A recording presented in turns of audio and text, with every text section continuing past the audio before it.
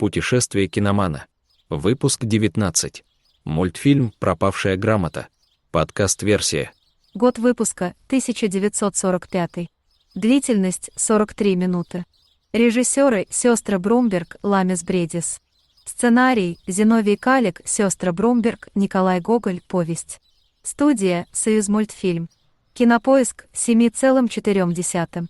1945 год в истории. 9 мая – окончание Великой Отечественной войны.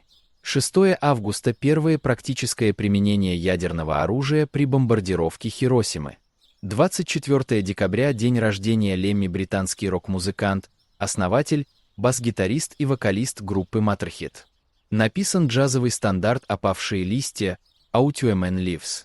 12 декабря президент США Гарри Трумэн заявил, что победа возложила на американский народ бремя ответственности за дальнейшее руководство миром. Мультфильм «Пропавшая грамота» — это первый полнометражный фильм студии «Союзмультфильм». Стадия 1. Обыденный мир. Закадровый текст о красотах Малороссии, о ее потрясающем вайбе. Стадия 2. Зов к странствиям. Казак, наш главный герой, получает квест от гетмана — доставить царице письмо в Питер. Стадия 3. Отвержение зова. Отсутствует, казак без лишних раздумий соглашается. Решительный герой. Стадия 4. Встреча с наставником. Да, встреча, но с наставником ли? Запорожец скорее проводник, нежели наставник. Максимум, что получает от него наш герой, это настрой на мистический лад. Запорожец, с его слов, продал душу сатане, и сегодня подошел срок выплаты. Иначе запорожец имеет отношение к потустороннему миру. Стадия 5. Преодоление первого порога.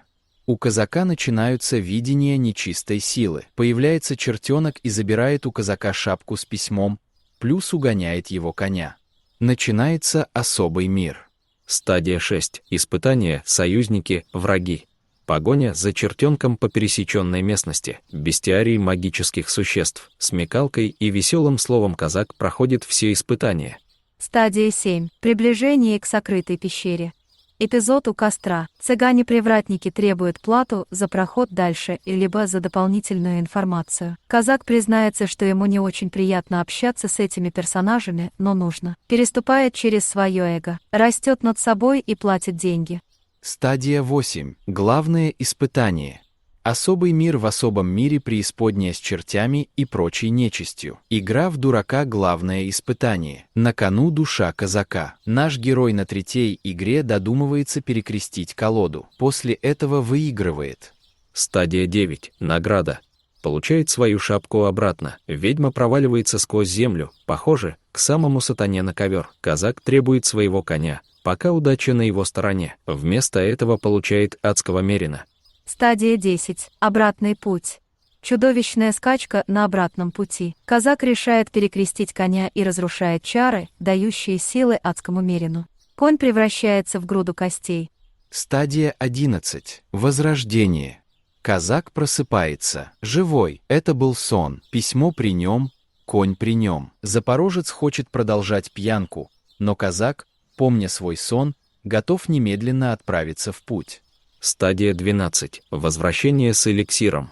Трезвый и выспавшийся казак успешно доезжает до Питера и доставляет письмо царице. В Питере наблюдает настоящие чудеса. Выводы, вопросы, ассоциации. Наставником в каком-то смысле можно считать чувство юмора у казака. В сложные моменты истории оно дает ему силы и опору.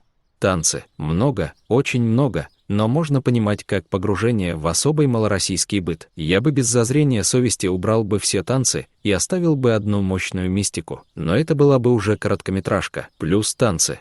Неплохой энтомологический материал. Мораль. Не бухай на ответственном задании, иначе твоя душа попадет в руки сатаны, врага. Актуально и для сегодняшнего дня. Дисней в 1945 году выпускает полнометражку «Три кабальера». И это была уже 7-я полнометражная лента у Диснея. Горит свет на хуторе. Почему герои не зашли в гости? Почему остались во дворе? Было тепло. Почему хозяин не вышел встретить гостей? Хотелось, чтобы казак после испытаний, пусть даже во сне, каким-либо образом изменился визуально. Например, магический блеск в глазах, либо тигриный хвост, либо какой-то артефакт из особого мира добавился в облик героя. Архетипы.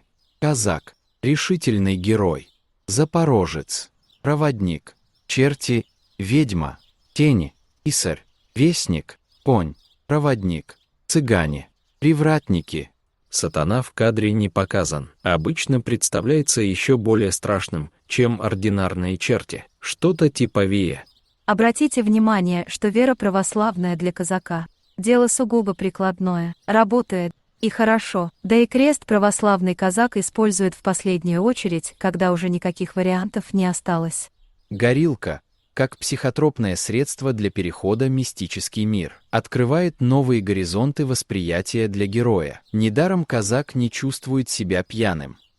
Было бы неплохо провести инвентаризацию магических существ в мультфильме, хотя, наверное, лучше почитать оригинальные книжки Гоголя.